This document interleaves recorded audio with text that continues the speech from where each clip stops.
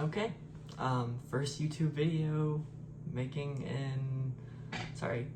this is my first YouTube video that I've made in about 10 years, so, woo! So today I thought that, so first off, I'm Lane. Hi. I am 20 years old, I go to the University of Georgia, I'm studying photography, and I thought that I'd give you kind of a tour of my cameras and kind of how I got started in photography. So my story is a bit of an unusual story. I actually got started in photography with film, which is not typical. Most people get started with digital nowadays. What happened is my grandfather passed and he left me a collection of film cameras. And I was seeing someone at the time who was really into film, and so they kind of taught me how to get into film. So yeah, let's get started. Okay, so this is my first camera that I ever have. This is the, Pentax MV. It is just a little, it's essentially a point and shoot. It's got, it's supposed to be like, have a light meter and like meter for, adjust the shutter automatically, but the battery compartment is completely corroded, so it cannot do that. So yeah, basically it was just a little point and shoot that I had. I think it shoots at 1/100th. I didn't even know what aperture was back then, so I literally kept it on 2.8. I didn't even know there was a setting you could adjust.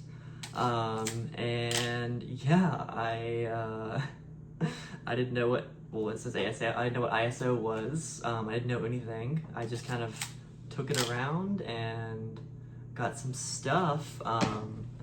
Let's look at what all I got actually over here. Okay, so here it is. This is the first ever picture I ever took. It's with my friend Aaliyah. We were at a bookstore and I loaded my film for the first time and I cranked out a picture. Actually, fun story, these two ladies over here, I took the picture and they stopped me and they were like, "Did you take a picture?" And I, of course, was like, my first ever picture. I was like, no, I was taking a picture of my friend. And that is the only time that has ever happened to me. I've never had anyone else stop me and be like, "Did you take my picture?" Which is crazy that like the first ever picture that I took, that happened. But yeah, I mean, these aren't great. Like this one's obviously like crazy blurry, not really in focus. Didn't know what I was doing. This one, I remember being like, "Why is it out of focus?" Of course I was shooting, handheld with like, yeah, crazy. This is my friends. I remember being really proud of this one. I was very proud of this one. Out of focus, out of focus, out of focus. Gosh, I remember being very proud of this one, which is like, whoa, how far I've come, which is just crazy. This one I still think this day is a really good picture. I would have changed the composition a little bit nowadays just to get some more interesting composition, some more interesting colors, but I know for a fact there's some pretty cool colors up there. Let's see. Yeah, I'm remembering all these. Oh my gosh. These were so fun. And then, yeah, we're getting some other stuff here actually. So let's go ahead and switch over to the next camera. Okay, so this is the next camera. It actually also came with my grandfather. His collection, this was the other camera that was in that collection that I received. It is a Ricoh KR5. And I love this thing. I have a 50mm on here, or 55mm on here. F2.8. Love this thing to death. Oh my gosh, this camera got me through so much. Back then, I was like, oh my gosh, I can't believe this camera's so zoomed in. It's a, sorry, it's not a, oh my gosh, what am I saying? It is a 135mm, actually. So it's like, pretty zoomed in. I remember back in the day being like, you know, who would ever do something so zoomed in? Of course, now, you know, I shoot with a f200, or sorry, 200 millimeter lens for like sports photography and stuff like that. Really shows you how far I've come. But yeah, this camera got me through so much. It was my favorite camera, partially because the light meter on this camera actually worked, which is really unusual for a camera that's, you know, who knows, probably 40 years old, something like that. This thing's super, super cool. Oh, I love this camera. It doesn't really have too much in terms of shutter speed. Yeah, not too much, you know. Super simple controls. And I love that shutter sound. Like, oh my gosh. Oh, it's so good. And it does get stuck sometimes. Shake it. Which is really funny that I remember this picture of the football field actually. In the cold, it'll get stuck. And I remember I was taking a picture and it was because I got started about 2 years ago now. So it was around this time, and it was about 40 degrees. And this camera just got stuck, and I was like freaking out, and I was, oh my gosh, what do I do? It just got stuck again. Yeah, you have to like shake it. It's so annoying, but this camera, oh my gosh. Until I got my Canon Canon AE1, this was like my go-to camera. Anyway, yeah, let's look at some photos that I took with it. Nothing too exciting, you know, I took this one, it's not too bad. Went to a graveyard, love taking these photos, took this one with it. And yeah, these are cute. Greenville, South Carolina. Didn't even know how to light meter properly. Tried with some portraits. I remember being super proud of this one. Oh, I was so proud of this one. And yeah, that was kind of all I took with this one the first go around. And so next up, I actually have, I think it's over here.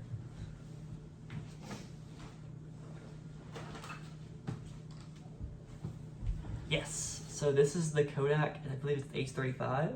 Yeah, Ektar H35. Super, super cute camera, $35, at least it was back when I got it.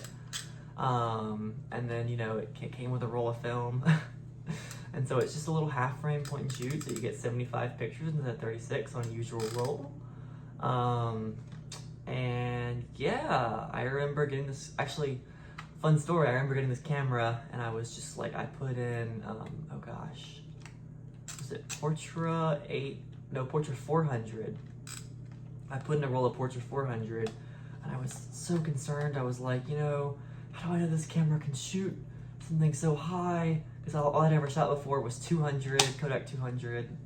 And so, yeah, it just shows you how naive I was.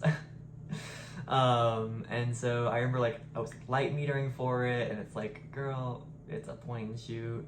Let's be real, you don't got a light meter for it. Just turn on the flash and hope for the best with these kind of cameras. But you know, I got some really fun stuff. This is kind of where I started to work a little bit on composition. I got some cool, you know, because the great thing about this one is it just fits in your pocket. So I would just carry it with me. Yeah, and so I got this picture with it. I was so proud of this picture, so proud. Let's see. Let's start with the AE1.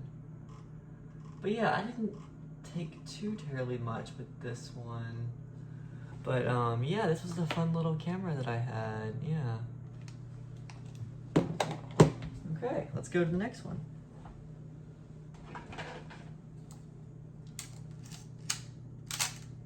Okay, this is the next camera that I have. It is the Konica Autoreflex T4. So basically it is a camera that I found in a thrift store. I think I got it for like 20 bucks, something like that. I really like it because you can do double exposure on it, which I really enjoyed. And obviously, you know, the battery compartment's falling out, so I'm having to light meter with my phone. I've got, let's see, what is this? 55 millimeter on here. 1.7, which is an unusual aperture. You don't see that a lot. Still says ASA instead of ISO, which I think is really funny. Love when cameras say that. It's just like, oh, it's so old. Love that. Outdated technology. And yeah, this one got me through a few months. This was kind of my phase where I was like experimenting with some film stocks. I did some like unusual film stocks, you know, one that went from like red to blue I don't remember the name of it. Gosh, but like I remember taking pictures, and I remember like I kind of would rely on like the weird film stocks and be like, oh, you know, it's black and white, so it's got to be artsy. So like I just gotta like take whatever and like it'll turn out fine 'cause it's black and white, which is like such a huge crutch. And like with that red and blue roll, I remember like I would just like take the photo and be like, oh, it'll be like cool because, you know, it's got this red and blue filter on it, so it'll look cool. And like the pictures were just completely terrible. I got it back and I was so disappointed. And it also has a focusing issue, so I think that I haven't taken it in yet, but I need to fix it. Honestly, this one just sits on my shelf. I don't really do too terribly much with it. And like I said, I bought it for 20 bucks, so I'm not too hurt about that. But this was around the time that I actually got started in digital. So my next camera, let's see, I'm still plugged in here, I'm using it as a webcam, is the Canon R50. So when I started out with the Canon R50, I had oh gosh, it was 15 to 45 millimeters to kit lens. And you know, this great thing about the Canon R50, I recommend this to anyone who's going from film to digital, is that it literally has steps in it. So like there's a full auto mode, there's a manual shutter mode, there's a manual aperture mode that like really helps you learn. It does video really well. And so this was kind of where I got started doing like more digital work. I did like, you know, it was crazy to me because I could just click away. But the great thing about going from film to digital, as opposed to most people who go from digital to film, is that I was very careful with my shots because I, you know, came from film where I was like, oh, I messed up a shot, you know, that's $1 down the drain. And I think that's still, I mean, obviously I overshoot this day. I'm so guilty of that, but I think that going from film to digital really helps me not overshoot too terribly much.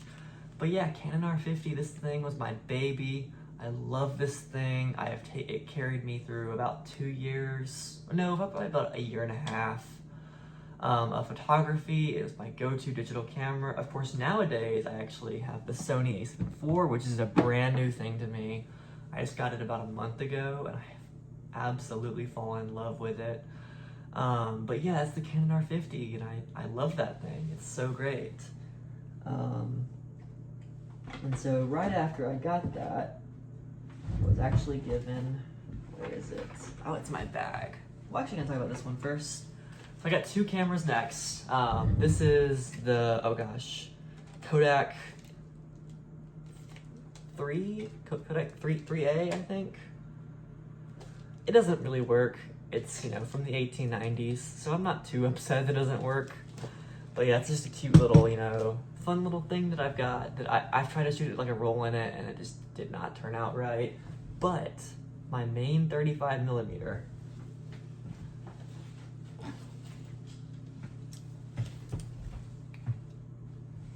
what everyone has, the Canon AE1. It's actually the AE1 program. So it's the more advanced model of the 3. This is what I recommend to anyone getting into film photography, because everyone and their grandmother has one, and they're like, you can't throw a rock 2 feet without running into one. Like, everyone has one of these. It's like, it was the camera. And I love this thing. Obviously, you know, I would play the shutter sound because, oh, I love the shutter sound, but there is film in here, so I don't want to waste a shot. But yeah, this thing has gotten me through so much. Like, I've taken such good pictures with this. It's where all of my work is up right now. I've taken with this camera, and yeah, I love that camera. So next up, I got, what is this? The Yashica Flex. Oh gosh, is it the 3? I don't remember the name of it, but it's just a TLR. And obviously the lens cap is broken. But yeah, it's just a cute little TLR. It's my only medium format camera. Absolutely love this thing. This is kind of where I actually have developed some film from this one, black and white. Nothing too crazy, but absolutely love this camera. So cute, so awesome, so fun to take it around with you. The strap is broken, so I had to like hot glue it on there.